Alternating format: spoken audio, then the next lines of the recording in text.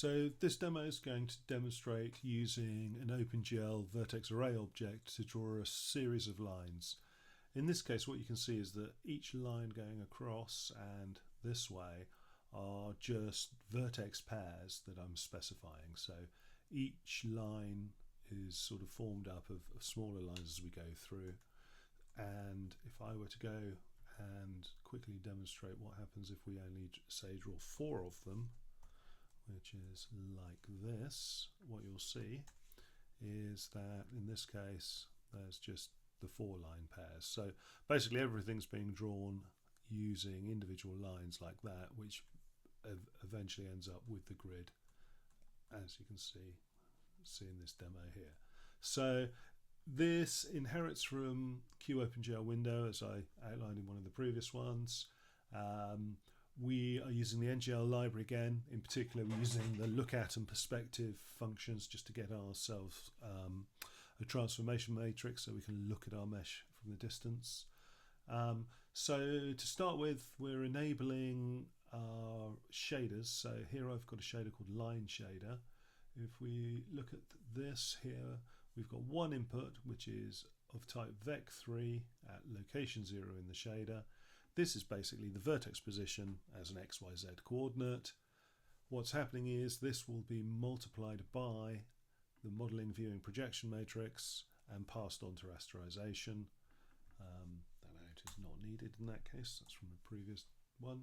And internally here we're setting the output color to be white. So it's a very, very simple, easy to use shader. So that is being loaded here and enabled, and then we're calling this create lines function. So this has 4 parameters. This is the overall screen width and height of the shader, and then this is the steps in the width and steps in the depth for the shader. And what I do, I have an empty array here called points. I calculate now the steps in row and columns, so our width and our depth. So that's basically how many vertices I need to determine. Then I'm going to calculate half extents of width and depth. So basically that I'll start from -x to +x with 0, 0, 0 at the origin, and the same for z here to go through.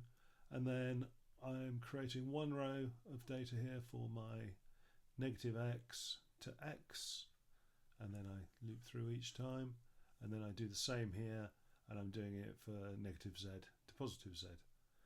That's just created a big array of floating point values, xyz, xyz, xyz. I'm doing it this way. As we'll see in the next demo, you can do this far quicker using NumPy and using the linspace and some of the NumPy functions to do it, but for now this sort of helps you visualize what we're doing to build up that data set. Next, we are generating what's called a vertex array object. In OpenGL, vertex array objects are containers for other buffers and state used for drawing. So we're only creating one, and we are storing this ID. This ID here is an unsigned integer, and it's what's used by OpenGL to name items effectively. So when we activate this, everything that we set afterwards will be recalled, and in particular we are going to create a single buffer to store our vertex data. So as with everything in OpenGL, we bind this to make it the currently active buffer. So we bind our vertex array, we're generating a single buffer here, converting our points into a NumPy array. I'm calculating the line count. So in this case we've got 4 vertices per line and 3 components. When we draw in OpenGL, we take into account the vertex type. So if we're drawing lines, it's lines. If it's some other stuff, it's other stuff like that. We then bind the array buffer to make it the currently active buffer, copy this data. So this is the equivalent of a malloc and a mem copy. So we're copying basically this many bytes from this array here, be it a NumPy array, to OpenGL. And finally, we're setting up the input to the shader. So we're saying input 0 of the shader, which is analogous to this layout location 0 here, is 3 components, vec3, so type GL float. There's no need to normalize that data. To get to the next one, so this is basically what we have here is where to find it in the array, which is here, and the span to get to the next one. So we can just put 0 and none here, which tells OpenGL that the data is tightly packed. So just keep reading them in 3s. And then finally, we enable that input to the shader, so it's going to be active. When we draw, it's quite simple. We set the model view projection matrix here, which is basically, in this case, a rotation, and the view and the projection matrix we set up previously.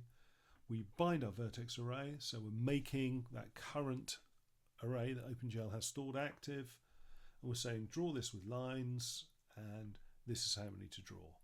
Now this number here indicates the offset into the buffer, and then the second one is how many to draw from that offset. So it's possible, for example, if I wanted to say start at 0 and draw 2 like this. Now bear in mind with when I do this, because of the pixel aspect ratio, I have to resize first. So that is the first 2 lines being drawn there. If I were to say offset 20 and draw again, we will see a different effect. So you can see now that it's a different one being drawn. And then if I was say to tell it to draw another 12 there, we should hopefully begin to see, there you go, there's a whole series of lines there that are being drawn. If I were to say 48 of them there, we'll see that, there we go, now you can see that it's overflowed from the other side of the buffer, and you get a feel for how this data is all laid out in the memory and so forth. So normally what we'll do is we'll do the whole amount, so 0, vertex count, that will draw everything there in lines, and you can see all the different elements for that as it goes through. So it's very, very quick and effective to do this in OpenGL. As you can see, in WebGPU it takes a bit more, which we'll look at in the next video.